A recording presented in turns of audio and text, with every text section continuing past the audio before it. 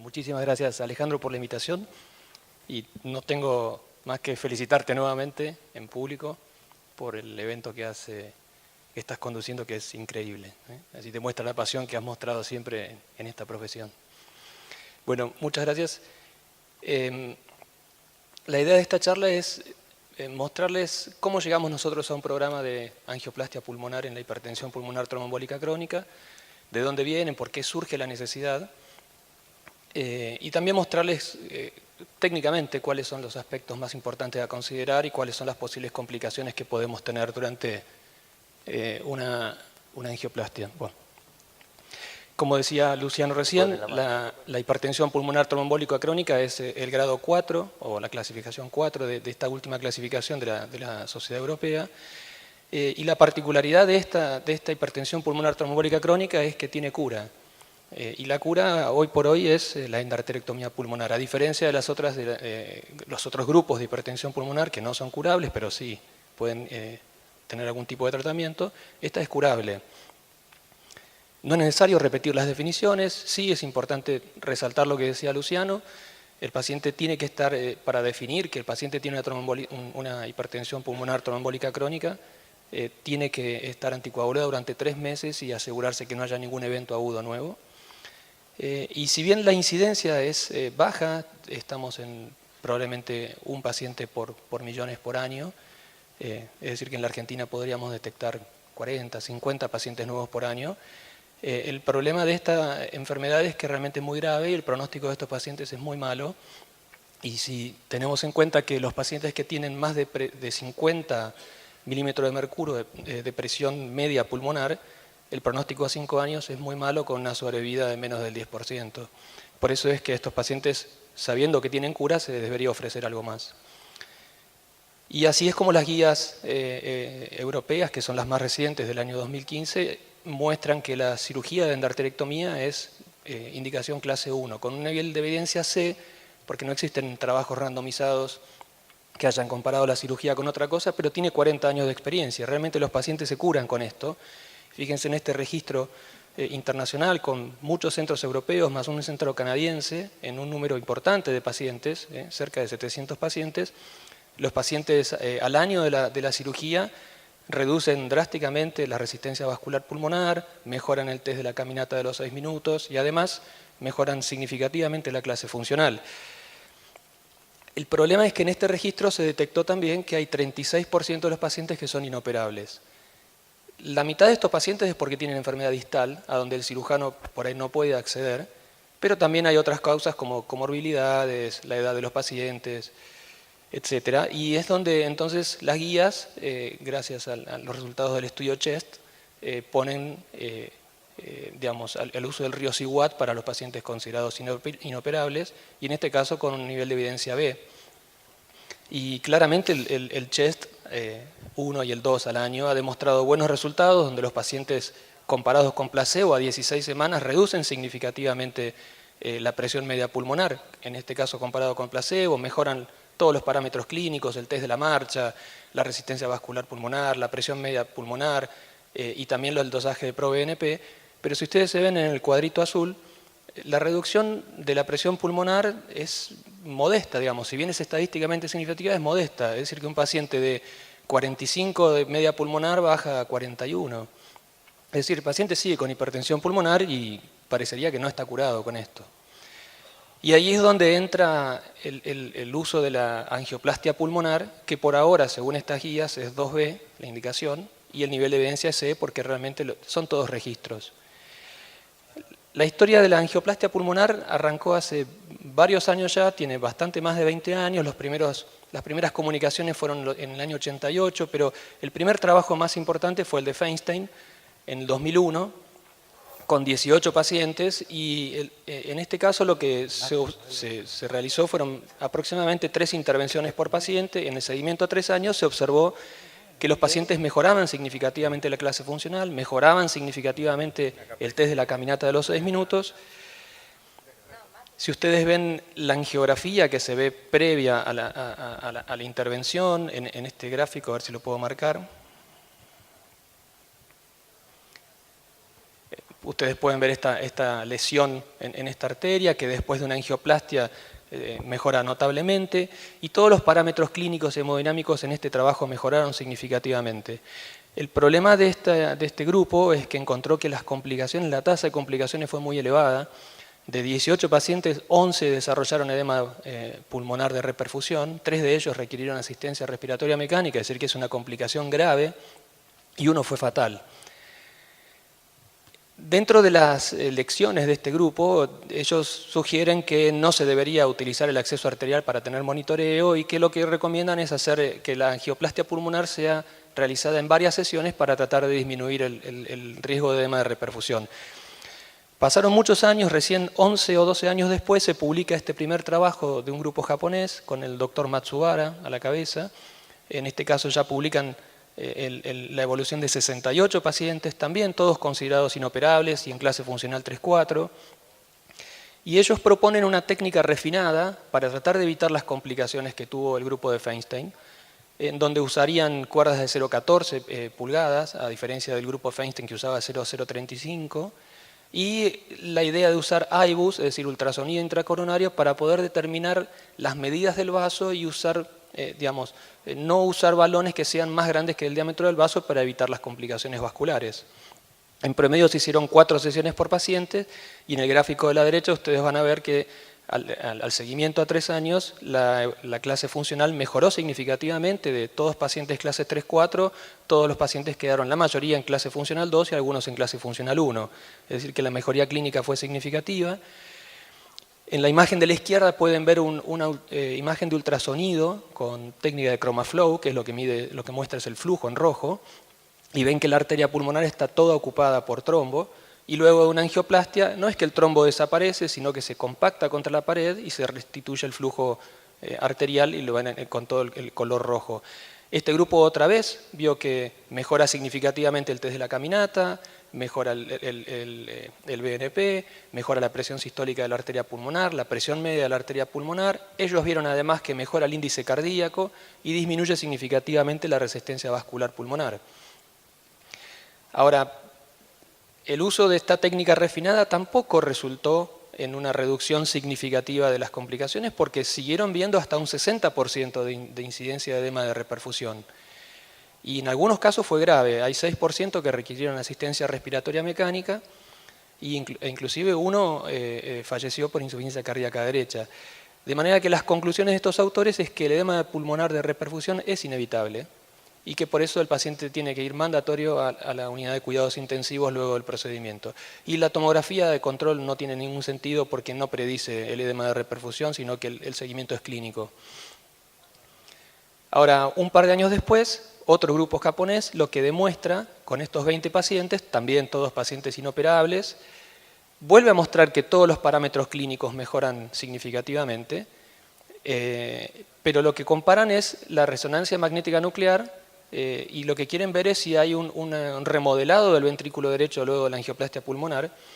Y en este caso lo que este grupo demuestra es que luego de la angioplastia pulmonar, luego de la última sesión, en la resonancia magnética se observa una reducción significativa del índice de volumen de fin de diástole del ventrículo derecho, lo mismo con el índice de volumen de fin de sístole, la fracción de eyección del ventrículo derecho mejora significativamente, mejora el índice de masa del ventrículo derecho, mejora la inversión septal del septum, pero sin ninguna alteración o sin ninguna mejoría en la función del ventrículo izquierdo, lo cual significa lógico, parece lógico.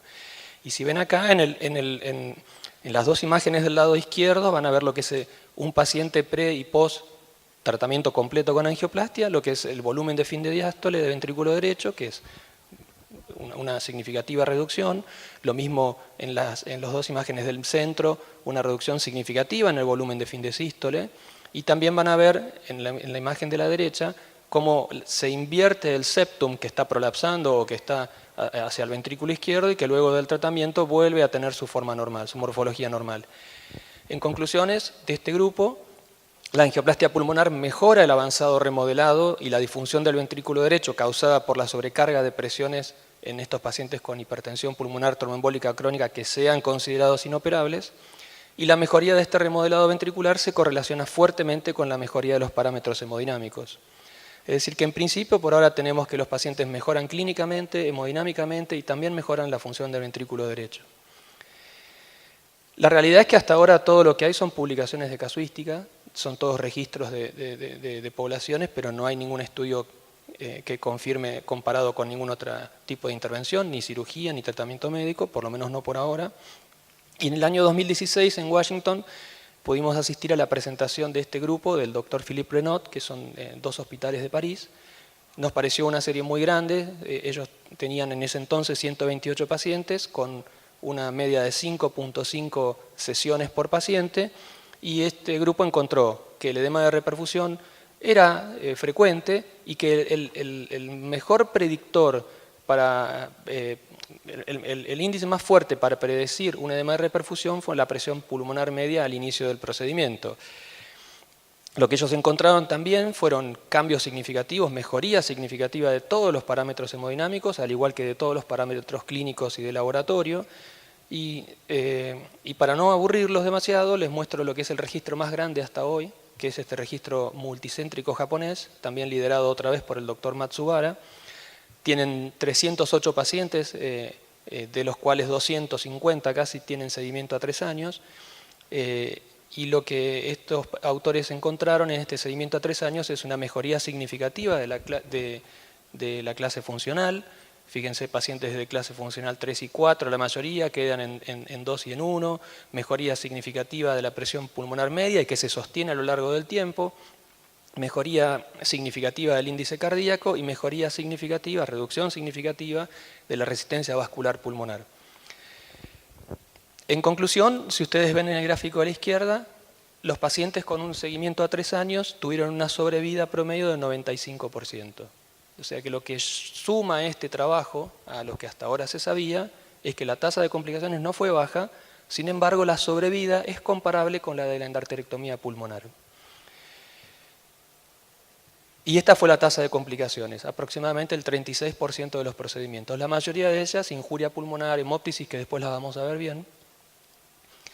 De manera que podemos concluir en base a todo esto que la angioplastia pulmonar en este grupo de pacientes siempre inoperables disminuye la presión de la arteria pulmonar y mejora los parámetros hemodinámicos, tiende a normalizar los niveles de los biomarcadores que se usan para determinar el sufrimiento del ventrículo derecho, mejora el remodelado del ventrículo derecho, mejora la capacidad funcional de los pacientes también y mejora la sobrevida.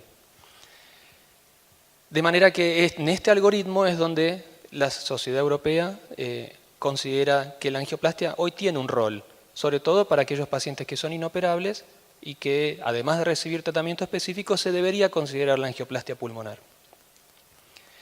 Este esquema me parece muy interesante porque me parece que nos va a dar una idea de cómo definir quién es operable y quién no. Después Marcelo seguramente nos va a dar una explicación más detallada desde el punto de vista del cirujano, pero básicamente cuando un paciente tiene los trombos localizados en las ramas principales, en ramas lobares, en ramas segmentarias y en algunos casos subsegmentarias, no hay ninguna duda que este paciente, si clínicamente se puede, es operable. Para aquellos pacientes que tienen lesiones segmentarias y subsegmentarias exclusivamente, uno debería considerar la angioplastia pulmonar, y para aquellos pacientes que tienen lesiones distales, probablemente lo único que le queda es el tratamiento médico. No tenemos posibilidad de hacer ni angioplastia ni cirugía de endarterectomía. Con todo este background decidimos armar un programa porque en el hospital se había armado un grupo de trabajo de hipertensión pulmonar y después de un tiempo se empezaron a recibir pacientes con esta patología, con tromboembolismo pulmonar crónico. Y el objetivo de este programa era, por supuesto, llevar a cabo angioplastia pulmonar a aquellos pacientes que resultaran inoperables, para lo cual se armó este grupo de trabajo que incluye básicamente el neumonólogo, que es quien detecta a todos estos pacientes y hace el tratamiento médico.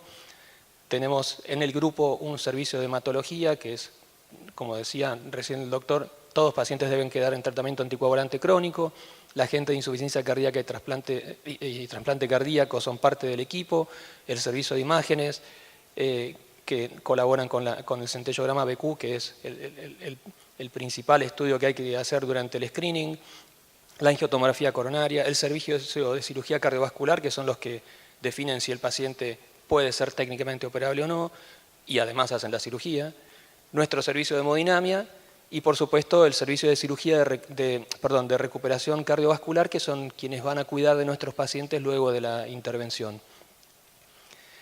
La indicación es clara, tienen que ser pacientes que tengan diagnóstico de hipertensión pulmonar trombólica crónica, que no hayan tenido embolia pulmonar en los últimos 3 meses, que deben estar en rango anticoagulación, que tengan una clase funcional mayor a 2, que sean técnicamente inoperables o el cociente riesgo-beneficio sea desfavorable para la endarterectomía pulmonar, o también para aquellos pacientes que a pesar de una endarterectomía presentan con hipertensión y clínicamente muy sintomáticos. Existen por supuesto contraindicaciones para los pacientes en nuestro programa, aquellos que tengan alguna expectativa de vida mala o que tengan alguna otra comorbilidad que hagan que el tratamiento no sea efectivo, no los vamos a incluir.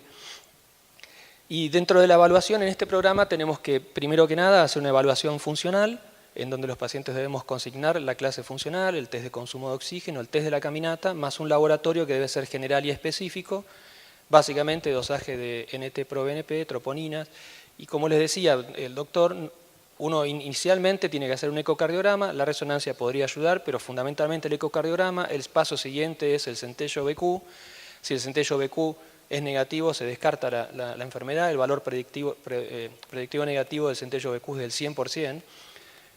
La angiotomografía pulmonar, que tiene que tener un protocolo específico para TEP crónico, no es el mismo que el protocolo que usan los radiólogos para el diagnóstico de embolia pulmonar aguda, y en última instancia la angiografía y el cateterismo derecho. Desde el punto de vista técnico, nuestros pacientes no suspenden la anticoagulación para venir a hacer el procedimiento. Esto es lo que recomiendan en algunos grupos. Otros grupos, como en el grupo de San Diego, hacen un switch a enoxaparina y los pacientes llegan a la sala con enoxaparina. Nosotros no hacemos switch, los traemos directamente anticoagulados con Sintrom y nuestra hematóloga prefiere el uso del Sintrom. Ella cree que frente a alguna complicación hemorrágica es más fácil revertir el efecto del anticoagulante oral que la heparina, que la enoxaparina. El acceso venoso siempre usamos un acceso femoral, pero en algún caso puede llegar a ser necesario el acceso yugular. En este caso lo hacemos guiado por eco, porque el paciente está anticoagulado y el riesgo de complicaciones es más alto. Anticoagulamos igual con alguna dosis de heparina baja, 2000 unidades hora. En general damos oxígeno suplementario a nuestros pacientes para que puedan mantener una saturación mayor al 95%, porque estos pacientes durante muchos momentos del procedimiento les vamos a pedir que hagan una inspiración profunda y se mantengan en apnea, y la verdad que tienen que estar bien oxigenados para poder tolerar esa maniobra. Siempre el cateterismo derecho es lo primero que se hace durante el procedimiento, inclusive cuando uno hace varias sesiones, lo primero en hacerse es el cateterismo derecho, volver a medir las presiones, volver a medir el gasto cardíaco tomando muestras de saturación para poder hacer un cálculo por FIC, volver a medir las resistencias y recién ahí arrancamos con la angioplastia. Y en el caso de hacer una angiografía diagnóstica usamos angiografía selectiva con sustracción digital en anteroposterior y en proyección lateral también. El objetivo de la angioplastia es obtener una adecuada reperfusión, como las imágenes que mostraron recién. Existe un grado de reperfusión como el grado TIMI que usamos en el infarto, y acá lo que se tiene en cuenta básicamente es el grado de llenado de contraste, no solo de la arteria, sino el retorno venoso, que es lo que mostraba recién Alejandro, que son unas imágenes muy buenas porque por ahí, desde el punto de vista angiográfico, uno ve que la arteria sigue teniendo algún grado de obstrucción, pero el retorno venoso era excelente, y eso es lo que nos muestra un grado de reperfusión 3, que es el mejor grado de reperfusión que podemos obtener. Y por supuesto el objetivo de la angioplastia es evitar las complicaciones, que son de dos tipos, la injuria vascular y el edema de reperfusión, que es muy temido.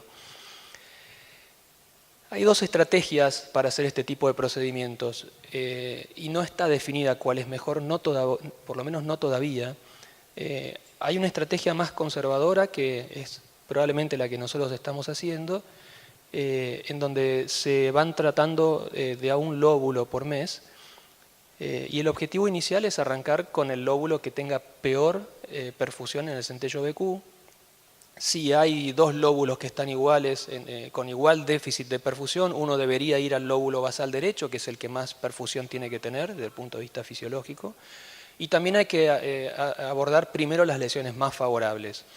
En aquellos pacientes que tienen una presión media menor a 40, uno podría en la primera o en esa intervención hacer más de un lóbulo, pero puede llegar a ser un poco peligroso. Y uno siempre tiene que tener en cuenta cuándo terminar este procedimiento, porque no se olviden que estos pacientes van a venir a la sala varias veces, así que el riesgo de que estos pacientes desarrollen alguna lesión por una radiodermitis es elevado, entonces uno tiene que tener en cuenta el tiempo y también el volumen de contraste. Nosotros no superamos los 250 mililitros de contraste en cada sesión. Algunos autores usan hasta 400, nosotros paramos en 250. Y esta nueva estrategia, que es la que está usando en Japón, en el objetivo inicial es revascularizar todas las lesiones que puedan con un balón muy pequeño de 2 milímetros y hacen todos los segmentos que puedan en la primera y en la segunda intervención. Ellos creen que no existe la injuria, el edema de reperfusión, sino que lo que existe es la injuria vascular. Creo que es discutible, porque si no existiera el edema de reperfusión y solamente existiera la injuria vascular, es difícil de explicar por qué algunos pacientes tienen edema de reperfusión contralateral luego de un procedimiento, y eso claramente es edema de reperfusión provocado por mediadores químicos que no tienen nada que ver con la injuria vascular, así que yo no comparto eso. De cualquier manera, ellos lo que hacen es, en 2 sesiones, hacer la mayor cantidad de segmentos posibles, y una vez que el paciente baja a una presión media menor a 40, vuelven en una tercera o cuarta sesión a redilatar todos los segmentos con balones de diámetro apropiado. Y lo mismo, ellos terminan el procedimiento cuando duran hasta 90 minutos y el tiempo de fluoro debe ser menor a 40. Esto es muy técnico, nosotros lo que hacemos siempre es usar un sistema coaxial en donde ponemos una vaina que habitualmente es una destination de Terum o un flexor de Cook de 65 centímetros aproximadamente, y sobre esa vaina de 7 French, esto es posterior al cateterismo derecho que hacemos inicialmente con el Swan-Ganz, pasamos un catéter guía de 100 centímetros. El contraste lo diluimos 50 y 50, creo que es suficiente para obtener una buena imagen angiográfica.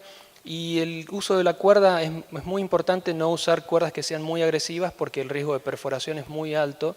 Y no se olviden que alrededor de los vasos pulmonares no tenemos músculo cardíaco ni músculo como en las piernas, tenemos alvéolos, así que la perforación realmente tiene consecuencias bastante nefastas. Nuestra cuerda de inicio siempre es la run-through, que nos da la ventaja, digamos, es una cuerda que a nosotros nos resulta muy interesante porque al tener un alma de nitinol, la punta es muy resistente y con esa misma cuerda podemos tratar varias lesiones y la verdad que la cuerda esa no se rompe y nos da la posibilidad de, con una sola cuerda, tratar varias lesiones distintas en un mismo procedimiento. La elección del catéter guía va a depender del lóbulo al que uno vaya a abordar. Fíjense que en la imagen de la izquierda, de acuerdo a cuánto asoma uno el catéter guía sobre la vaina, nos da la posibilidad de cambiar el grado de angulación. Y normalmente usamos catéteres guía JR4, que son los coronarios, o multipropósito. Alguna vez hemos usado Amplats y he visto usar JL, pero nosotros todavía no lo hemos usado nunca para determinados segmentos. Esto creo que es algo muy importante porque hasta hace un tiempito atrás no había una clasificación específica de las lesiones desde el punto de vista angiográfico. Sí se usaba una clasificación que usan los cirujanos habitualmente, pero esa clasificación no solo es postquirúrgica, sino que además tiene que ver con la localización de las lesiones, pero no nos predecían cuál era la posibilidad de éxito o de complicaciones. Y este grupo de Matsubara desarrolló este tipo de esta clasificación de las lesiones. Fíjense que va de la A hasta la E, y normalmente el éxito disminuye de la A a la E en forma decreciente, lo mismo que las complicaciones en forma inversa van aumentando de la lesión A a la E. Las lesiones tipo A son anillos, son lesiones más favorables para tratar porque tienen una tasa de éxito del 100% y la tasa de complicaciones es muy baja. Las B son los webs, que es lo que mostraba hoy Alejandro. El web es difícil de visualizar a veces en la angiografía porque es como una telaraña que hay adentro del vaso y que a veces uno no lo ve, pero ve que esa arteria no está dando un buen retorno venoso, es decir, que ahí adentro de esa arteria está ocupada con algo. Y cuando uno intenta avanzar la cuerda 0,14, la cuerda no avanza normalmente, se comporta como si hubiera una oclusión, con canales, como vos bien decías, pero la cuerda no avanza bien, a pesar de que uno no está viendo grandes obstrucciones. Claramente ahí hay obstrucciones. Y las suboclusiones, hasta acá serían todas las lesiones más favorables para iniciarse en un programa. Lesiones A, B y C. Las lesiones tipo D, que son las oclusiones, no son las más recomendables para iniciarse porque la tasa de éxito es baja, aunque las complicaciones no son tan elevadas. Y las lesiones tipo E, que son las espiraladas, son lesiones muy distales y esas directamente no habría que entrar porque la tasa de complicaciones es muy elevada. Desde el punto de vista de los aspectos técnicos, como les decía hoy, hay que tener mucho cuidado. El tejido alrededor de los vasos es alvéolos, así que cualquier perforación automáticamente se transforma en hemoptisis. Hay que tratar de no ir con la cuerda muy distal, si se pudiera llevar en asa es lo mejor para evitar las perforaciones, y sobre todo en los lóbulos inferiores los movimientos respiratorios tienen mucho impacto en el manejo de las cuerdas, así que hay que tener mucho cuidado cuando el paciente inspira profundamente porque la cuerda puede pasar de largo y perforar. Y a la hora de decidir qué medida de balón utilizamos, hay que tener en cuenta varias cosas, fundamentalmente el diámetro del vaso, que eso lo sabemos desde el punto de vista de la angiografía, y también la presión de la arteria pulmonar. Además hay que tener en cuenta las características de la lesión, como les decía, no es lo mismo un anillo, un web, una suboclusión, una oclusión. Y si uno pudiera también medir distalmente a la obstrucción el grado de presión, también puede influir en el diámetro del balón que uno vaya a utilizar. Fíjense que en esta imagen, uno si tiene un anillo, a